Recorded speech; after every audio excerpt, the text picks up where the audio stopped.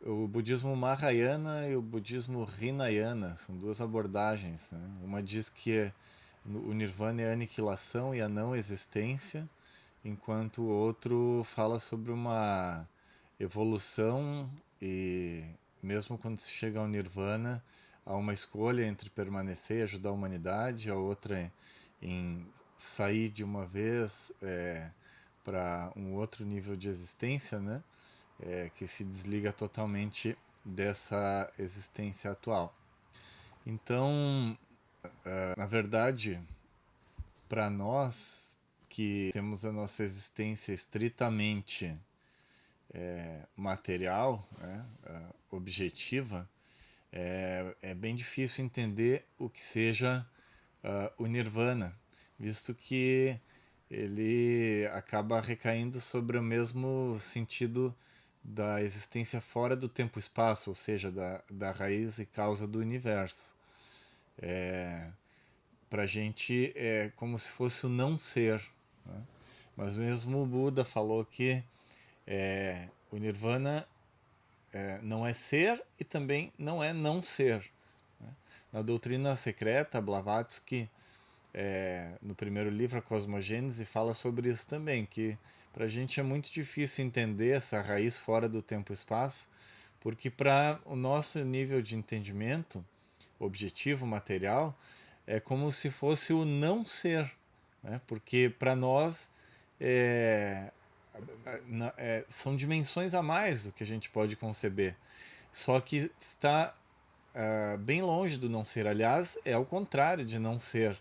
É o ser total, absoluto, completo. Né?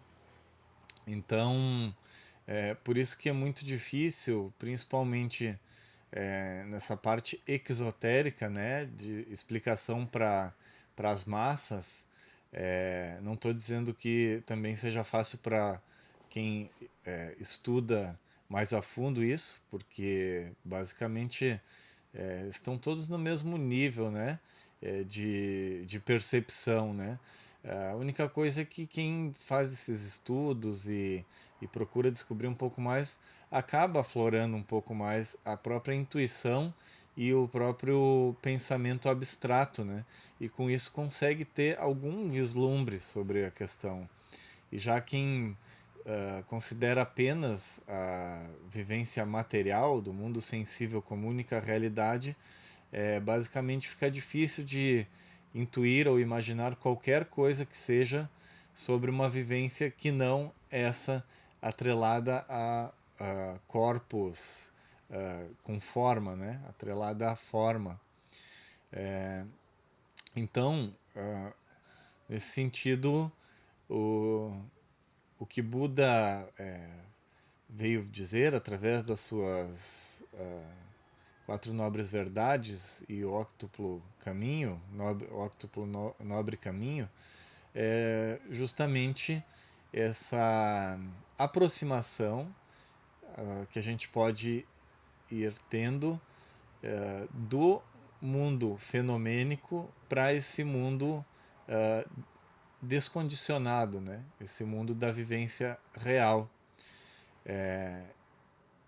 E justamente nesse mundo fenomênico é que reside a dor, assim como ele fala, né? A existência da dor, do sofrimento, a causa da dor, a cessação da dor e o caminho para a cessação da dor, que são o óctuplo nobre caminho. E toda essa dor, todo esse sofrimento, está justamente na questão de que nós estamos num plano finito, limitado. E por ser finito e limitado, sempre há a carência, sempre falta algo, não há a completude, a plenitude da vida. Né? E aí por isso sempre pelo o apego e a aversão, a gente quer alguma coisa que nos falta ou quer se livrar de algo que nos causa sofrimento, ou então até dessa história de Siddhartha Gautama, né, que ele saiu do reino e viu um doente, um velho, um idoso e um morto, e ali ele percebeu também que não poderia haver felicidade no mundo condicionado ao tempo, E ele foi em busca de descobrir o que havia além disso, né? Obviamente que na história tem toda uma romantização, porque não é que Buda era um homem comum e simplesmente saiu caminhando, sentou embaixo de uma árvore e chegou à iluminação. É, até tem algumas tradições mais simplificadas, né, como uma das vertentes do Zen, e eu não sei, talvez o próprio Hinayana, né, falam que foi assim.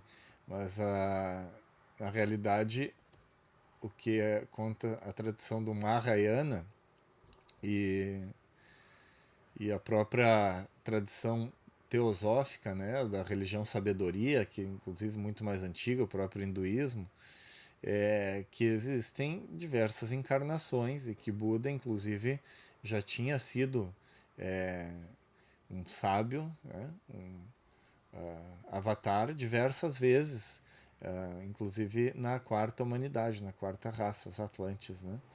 Então, ele já vinha na culminação dessa sabedoria, né?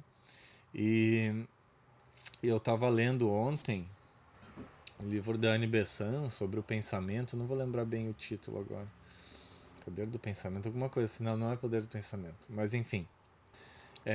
Que ela fala que às vezes, quando a gente está junto de algum orador, ele consegue nos passar a ideia de fora para dentro, a gente consegue perceber essa, essa ideia e depois quando está sozinha nossa mente já não consegue mais, né? E muito disso aconteceu também com Buda, que conta-se que às vezes o Buda reunia 1000 pessoas ao redor dele e todos chegavam ao nível de Arhat, né? Que é um nível muito elevado de entendimento. E isso realmente, se você lembrar talvez de alguma palestra que você assistiu que parecia que você entendeu tudo e depois sozinho parecia que não fazia mais sentido, é, porque a influência, né, de um pensamento de um grande ser como esse,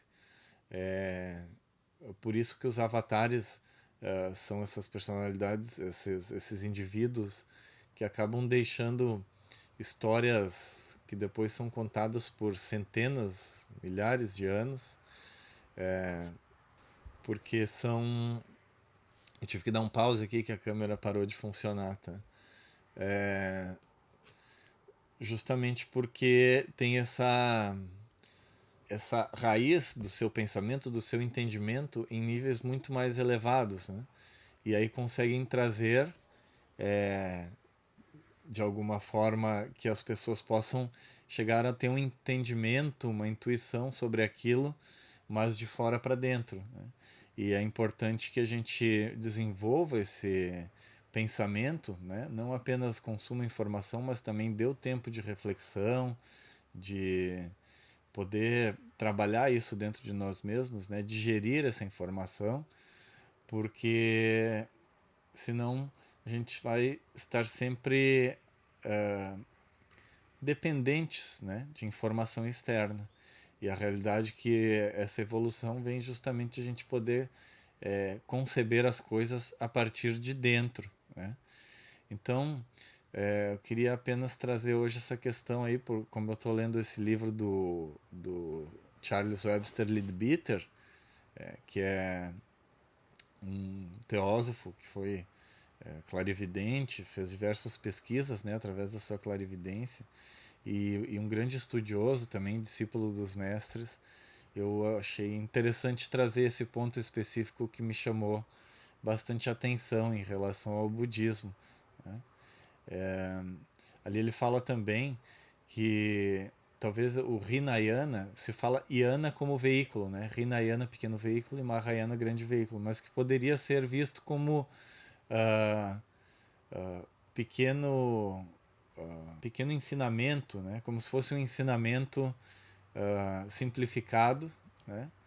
Para os leigos, né? E o Mahayana como um ensinamento mais completo, como se fosse o esotérico, né? Aliás, se fala que o Hinayana é o exotérico e o Mahayana é o esotérico. né? Então é isso que eu queria trazer sobre o budismo e fazer aqui então algumas leituras, né? Pequenas leituras aqui como a gente faz normalmente. Então, aos pés do mestre de Krishnamurti.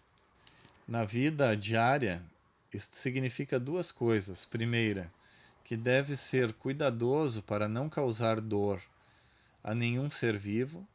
E segunda, que deve estar sempre vigiando por uma oportunidade de prestar auxílio. Primeiro, não causar dor.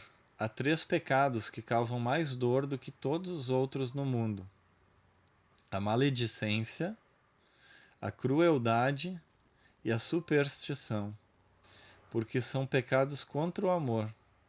Contra esses 3 pecados, o homem que quiser encher seu coração com o amor de Deus deve vigiar incessantemente: a maledicência, a crueldade e a superstição.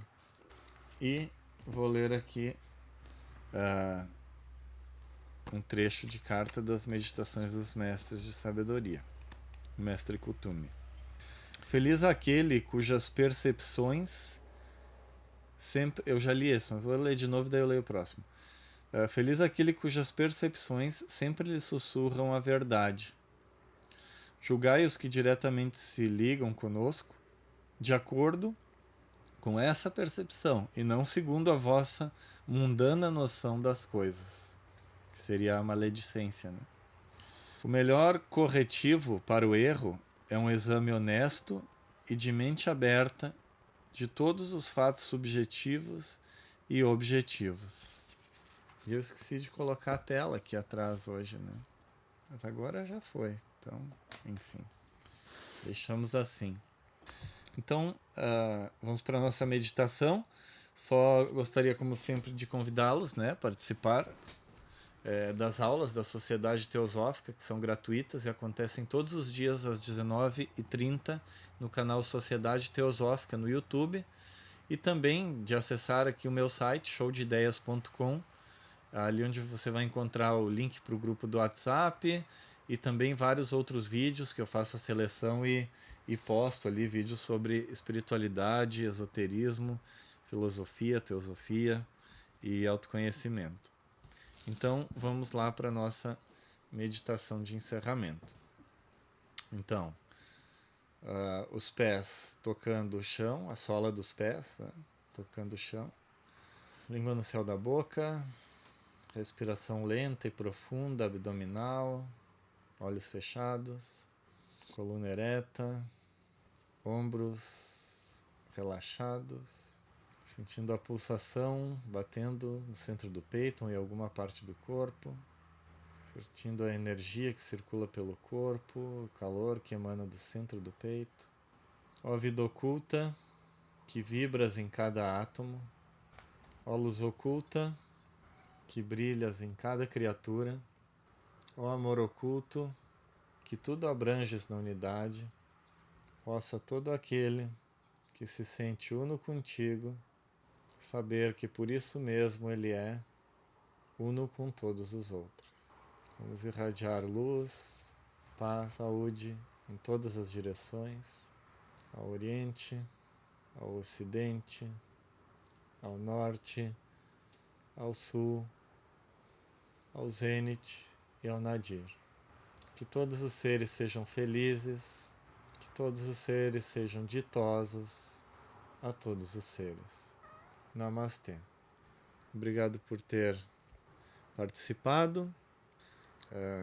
Espero que tenha sido útil. Também espero que você possa ter entendido um pouquinho mais sobre o budismo e melhorado um pouco seu dia com a meditação. Sempre buscando um pouquinho mais de consciência, né? Um pouquinho mais de clareza, de amor, buscando desenvolver as virtudes. Nos vemos amanhã. Um grande abraço.